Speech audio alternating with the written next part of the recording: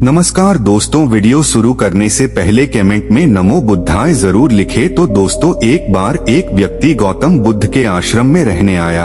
आश्रम की शांति में 2 दिन बीत जाने के बाद वह बुद्ध के पास जाता है और कहता है, बुद्ध, मेरे मन में कुछ प्रश्न उठ रहे हैं, मैं उनका उत्तर जानने के लिए यहाँ आया हूँ। बुद्ध ने कहा, पूछो, आपका प्रश्न क्या है? उस आदमी ने कहा, बुद्ध, मैं अपने जीवन से बिल्कुल भी खुश नहीं हूँ।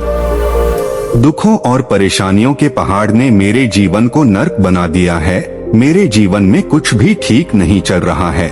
मैं जानना चाहता हूँ कि मेरे साथ यह सब क्यों हो रहा है। मैं इतना बदकिस्मत क्यों हूँ? बुद्ध ने कहा, सबसे पहले तुम मुझे बताओ कि इसका कारण क्या है। आपके दुख के लिए वे कौन सी बातें हैं जिनके कारण आप इतने परेशान और चिंतित हो गए? बुद्ध के प्रश्न पर कुछ देर सोचने के बाद उस व्यक्ति ने कहा, यह कैसा प्रश्न है? मैंने आपसे एक प्रश्न पूछा और आप उत्तर देने के बजाय पूछ रहे हैं। बुद्ध उस व्यक्ति की बात सुनकर मुस्कुराए, यदि तुम अपने दुख का कारण नहीं जानते हो तो तुम मुझसे यह उम्मीद कैसे कर सकते हो कि मैं तुम्हारे दुख का कारण जान पाऊंगा? व्यक्ति ने कहा, बुद्ध, लेकिन लोग कहते हैं कि आप भगवान हैं, आप सब कुछ जानते हैं, आप लोगों के मन को पढ़ते हैं, तब आपको मेरे दुख का कारण पता चल जाएगा। बुद्ध हल्के से मुस्कुराए और गंभीर स्वर में बोले, तुम यह सोचकर गलती कर रहे हो कि कोई आएगा और तुम्हें तुम्हारी सभी समस्याओं से बाहर निकाल देगा, लेकिन ऐसा कभी नहीं होगा। केवल तुम ही हो जो तुम्हें तुम्हारी परेशानियों से बचा सकते हो। महसूस करें कि आपने आत्मज्ञान प्राप्त कर लिया है तो आप अपनी समस्या का समाधान कर सकते हैं। मैं भी आपके जैसा हूँ, फर्क सिर्फ इतना है कि सब कुछ साफ है। जिस दिन आपके जीवन की सभी समस्याएं दूर हो जाएंगी, उसी दिन से आपकी भी समस्या के लिए बुद्ध के पास जाने की जरूरत नहीं पड़ेगी। बुद्ध ने उस व्यक्ति से पूछा, क्या तुमने कभी किसी फूल को ध्यान से देखा है?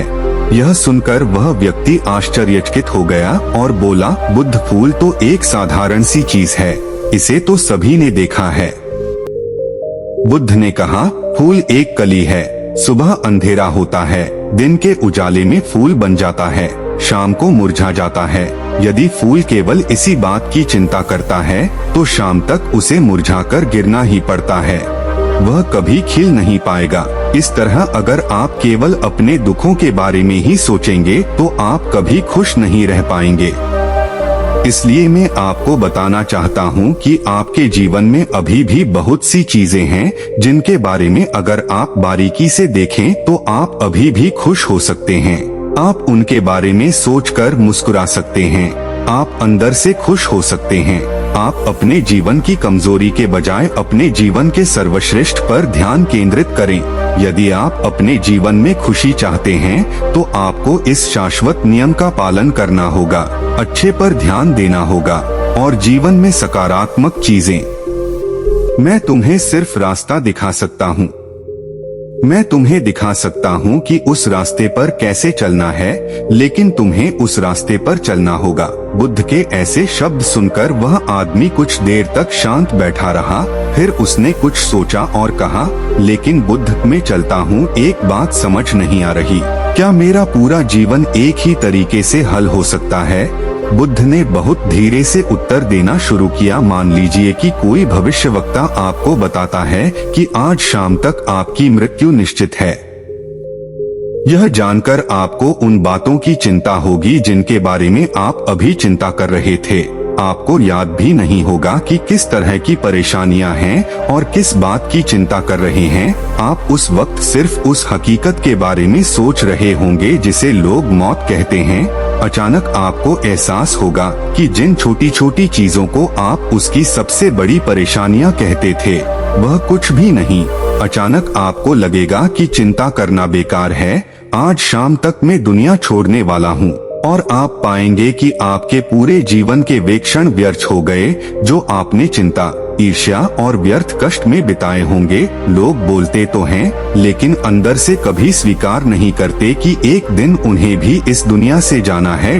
उनकी इच्छाएं इतनी प्रबल होती हैं कि वे खुद को अमर मानते हैं, सुख और दुख दोनों ही स्थायी नहीं है, यह हमारे कार्यों और विचारों से निर्मित होते हैं। वह आदमी जो बुद्ध की बातें सुन रहा था टोकते हुए बोला, तो आपके कहने का मतलब यह है कि मैं हमेशा सोचता हूँ कि मैं मरने वाला हूँ। क्या यह सोच मेरी सभी समस्याओं का समाधान कर देगी? नहीं, ऐसा कभी मत सोचिए। आपको बस यह स्वीकार करना होगा कि दुनिया में मेरी उपस्थिति अनिश्चित है। मैं जब तक यहाँ हूँ एक खुशहाल जीवन जीऊंगा। आपके जीवन में जो भी अच्छी चीजें हो रही हैं, उनके साथ जिए। वह तुम्हें आंतरिक खुशी और शांति देगी। अपना दिमाग ठीक करो और धीरे धीरे तुम्हारे जीवन की सभी समस्याएं समाप्त हो जाएगी। व्यक्ति के जीवन के अधिकतर दुख उसकी इच्छा से ही उत्पन्न होते हैं, इसलिए आप अपने मन पर नियंत्रण रखें। यदि आप अपने मन का इलाज एक बच्चे के मन की तरह कर सकते हैं, तो आपको आंतरिक शांति महसूस होगी। उस व्यक्ति ने कहा कि आपने मन को नियंत्रित करने की बात कही। आप चंचल मन को कैसे नियंत्रित कर सकते हैं? बुद्ध ने कहा कि सबसे पहले तुम्हें सुख और दुख के बीच अंतर समझना होगा। आपको सबसे पहले यह जानना होगा कि आपके लिए खुशी और दुख का क्या मतलब है। इसके बाद अभ्यास के द्वारा अपने मन को इस प्रकार तैयार करना है कि आप न तो खुशी के मौके पर ज्यादा खुश हों और न ही दुखी होने पर ज्यादा दुखी हों। आपको खुद को पूरी तरह से मध्य में रखने का प्रयास करना होगा, जिसे मैं मध्यम मार्ग कहता हूँ। यदि आप अपने जीवन में गहराई से उतरेंगे और यह पता लगाने का प्रयास करेंगे कि क्या चीज आपको खुश करती है और क्यों, तो अंत में आपको केवल एक ही उत्तर मिलेगा कि आप आपके सभी दुखों का कारण हैं। आपकी इच्छा, आसक्ति, इच्छा, ये सब आपके मन द्वारा निर्मित है। इसलिए यदि आप अपने मन पर नियंत्रण कर लेंगे तो आपके सभी दुख समाप्त हो जाएंगे।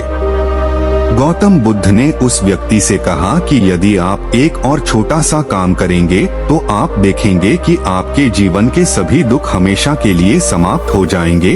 बुद्ध के मुख से ऐसे वचन सुनकर वह व्यक्ति उत्तेजित हो गया और बोला, मुझे उसके लिए क्या करना होगा? बुद्ध के मुख से ऐसे शब्द सुनकर वह व्यक्ति उत्तेजित हो गया और बोला, मुझे उसके लिए क्या करना होगा? बुद्ध ने कहा कि तुम अगले 2 दिनों तक किसी से बात नहीं करोगे और कागज लेकर आशाराम के एकांत स्थान पर बैठ गए। आपको वहां बैठकर उन दुखों के बारे में सोचना और लिखना है जो आपकी परीक्षा ले रहे हैं, और उनका कारण भी लिखना है। और दूसरे पेज पर आपको थोड़ी सी खुशी लिखनी है और यह भी लिखना है कि आपको यह खुशी क्यों है। जल्दबाजी करने की कोई जरूरत नहीं है। आपके पास बहुत समय है, आप आराम से सोच सकते हैं। जाओ और सोचो और आराम से लिखो। उस आदमी ने बुद्ध को प्रणाम किया और आश्रम के कोने में बैठ गया। 2 दिन बाद वह कुछ लेकर बुद्ध के पास वापस आया। उसके हाथ में कागजात। उसे देखकर बुद्ध ने कहा, सबसे पहले तुम कागज से अपना दुख पढ़कर सुनाओ। व्यक्ति ने सबसे पहले अखबार पढ़ना शुरू किया। मेरे परिवार के सदस्य अमीर हैं, लेकिन मैं गरीब हूँ और काम करता हूँ। मैं अपने काम में अमीर नहीं हूँ और मैं अपने काम में सहज हूँ और मेरी तुलना दूसरों से की जाती है। व्यक्ति ने आगे पढ़ना शुरू किया। दूसरा, मेरे पड़ोस में बहुत से लोगों ने बचत की है, लेकिन मेरे पास बचत के नाम पर कुछ भी नहीं है। इसका पहला कारण यह है कि मैं काम कम जानता हूँ, लेकिन खर्च बहुत करता हूँ। आज मेरे पास बचत के नाम पर कुछ भी नहीं है। मेरी पत्नी काफी समय से बीमार है और उसकी बीमारी का कारण मैं हूँ। मेरी लापरवाही के कारण मैं उसे कभी किसी डॉक्टर के पास नहीं ले गया। मैंने इसे भाग्य पर छोड़ दिया।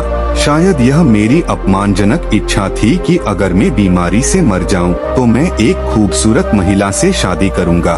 चौथा, मैं मन में फ्री पैसे पाने के बारे में सोचता रहता हूं, परंतु योजना पूरी नहीं होती। मैं दुख के सागर में डूब जाता हूं, फिर यह दुख मुझसे सहन नहीं होता और इसका कारण मैं ही हूं। मुझे पता है कि मेरे पास अल्कोहल पीने के लिए पैसे नहीं हैं, फिर भी मैं इसे पीता हूँ। मैं अपना दिन खुशी से जीता हूँ, लेकिन ऐसा करने में सक्षम नहीं होने पर देखता रहता हूँ। बुद्ध, ये मेरे जीवन के सबसे बड़े दुख हैं और गहराई से सोचने के बाद मैंने पाया कि कई उनमें से मेरे कायों और मेरे विचारों के कारण हुआ। ये सुनने के बाद आपने मुझे खुशी का पेपर पढ़कर सुनाया।